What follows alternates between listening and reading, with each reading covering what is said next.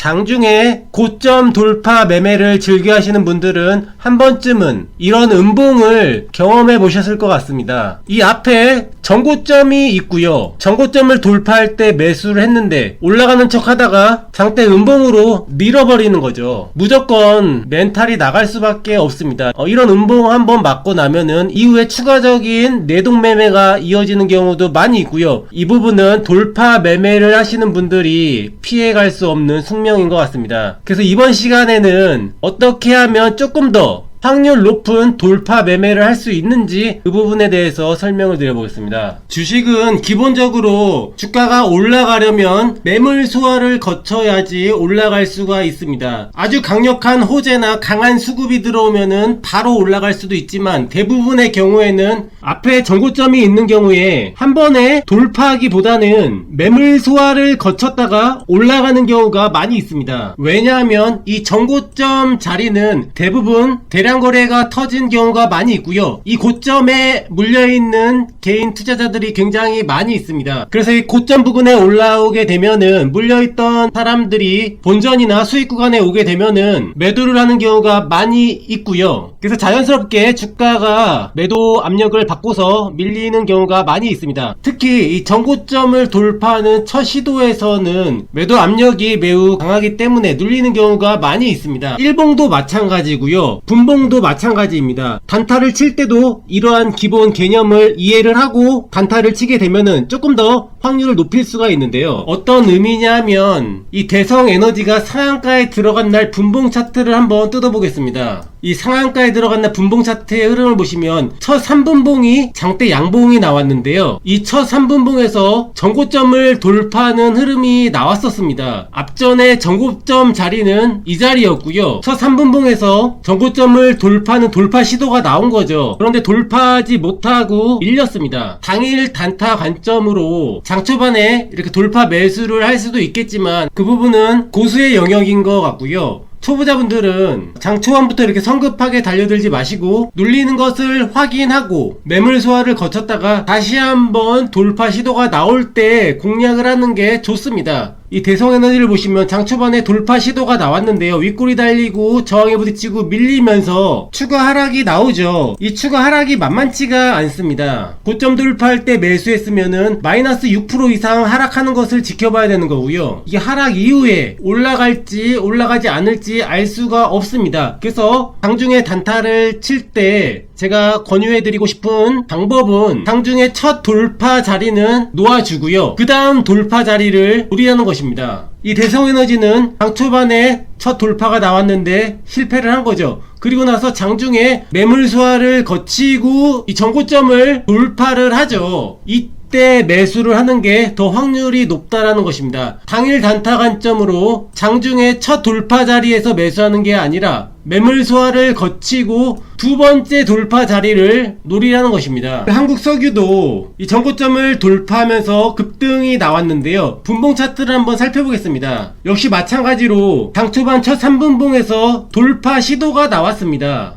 이 자리가 전고점 자리였었는데요. 전고점을 돌파하는 시도가 나온 거죠. 그런데 돌파하지 못하고 저항에 부딪히면서 윗골이 달린 캔들이 만들어졌고요. 그래서 장중에 첫 돌파할 때 매수하는 것보다 기다렸다가 매물 소화 과정을 거치고 나서 재차 돌파할 때 이 자리에서 매수를 하라는 것이고요. 대성에너지가 똑같이 올라갔죠. 그리고 나서 여기서부터 급등이 나온 겁니다. 이것도 좋은데요. 더 좋은 건 어떤 게 있냐면은 전고점이 있고요. 당일 처음 돌파 시도가 나올 때는 관망을 하고 있다가 눌리는데 눌린 폭이 작고 재차 이 전고점 부분까지 올라왔다가 한 번 더 밀렸다가 그리고 나서 돌파할 때 이 자리는 더 편안하게 매수할 수 있는 자리라는 것입니다. 예를 들어 이 대한해운이라는 종목이 그날 전고점을 돌파하면서 장중에 슈팅이 나왔었는데요. 이때 분봉 차트를 한번 보겠습니다. 전고점 자리는 2520원 자리였고요. 장 초반에 전고점을 돌파하는 시도가 나왔지만 저항에 부딪히고 밀렸습니다. 이 처음 돌파 자리는 고수들의 영역이고요. 우리들은 이 첫 돌파 자리는 기다리자는 것입니다. 눌렸다가 매물 소화 과정을 거치고 다시 올라올 때, 이때 돌파할 때 공략을 하거나 한 번 더 밀렸다가 눌림폭이 작고 재차 돌파할 때 이 자리가 더 편안하게 매수할 수 있는 자리라는 것입니다. 이게 바로 컵 위드 핸들 패턴으로 돌파를 하는 거고요. 여기가 둥근 컵 모양 바닥이고요.